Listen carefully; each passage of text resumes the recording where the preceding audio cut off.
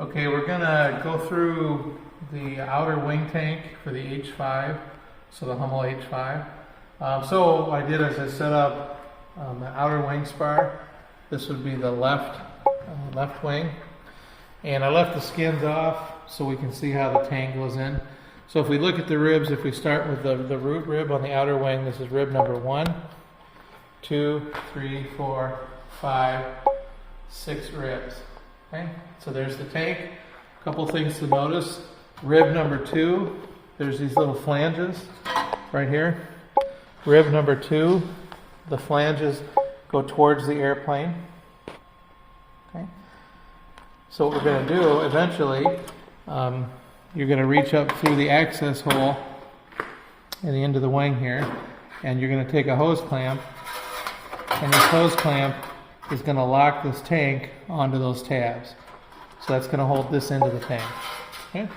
So that, even with the wing skin on, that's accessible through the end of the wing. Okay? While we're here, so that's the welded tank as it would come to you as an aluminum tank version. Hardware-wise, you're going to have a brass T with a close nipple, and then a barb, and then a reducer, and then a quick drain. Right, so you're going to have this kind of an arrangement. Okay, and then that's going to go into the tank in that kind of a setup. Okay, so then the quick drain, you're going to put a hole in the skin to come out of the bottom of the tank. So that becomes your low point drain for the wing. Then your hose goes from here through the center wing into the center of the airplane. Okay, so that's this part of the tank. Again, the skins aren't on it, just so you can see what happens. But this is all accessible through the rib, even with the skins on. Okay? So the tank is held in rib number 2, with the flanges going this way. The tank carries through rib number 3. There's no attachment there, it just is a clearance. Rib number 4, I want you to notice the tabs on rib number 4 face outboard. Okay? What you can't see is there's the skin right here normally. Okay? The skin already, if it's a kit part, the skin has a hole in the top right here for the filler, which we're going to talk about in a second. And then there's a big square access hole underneath. Okay? And again, the access hole underneath lets you reach up from the bottom through the skin, put the hose clamp on to lock the tank in place. Okay? Then also from the underside through that access hole, okay, you're going to mount this filler neck, and you see it's got a little bit of curve to it, so it goes in the skin. There's already a hole in the skin for it. So this will get mounted, maybe 3 or 4 screws or rivets, but screws are probably good. Okay. And then out of the tank, we've got the inlet for the tank.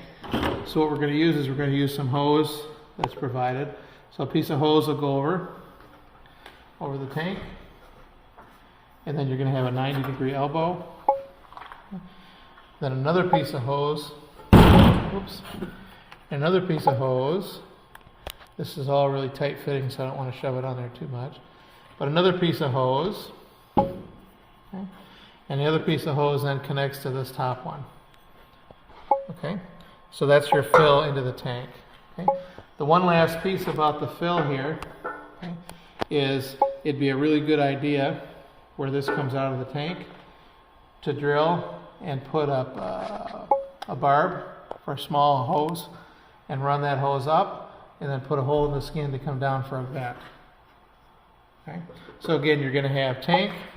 You turn the tank with the outlet up. You have a hose with a clamp, this 90-degree elbow. So you got the clamps. Okay. Then you got this with a hose clamp that mounts on this to the top of the tank. Okay.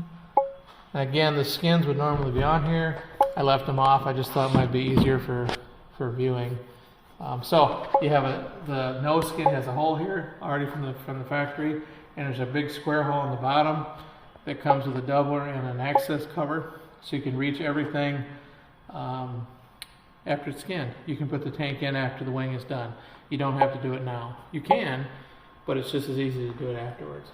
Okay, so what you're seeing is the aluminum tank.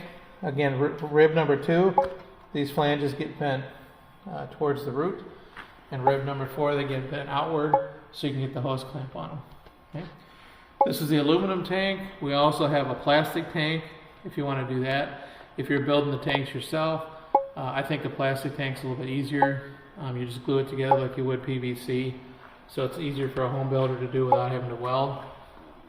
It's a little bit heavier of a tank, but it's the same volume. It kind of works the same way.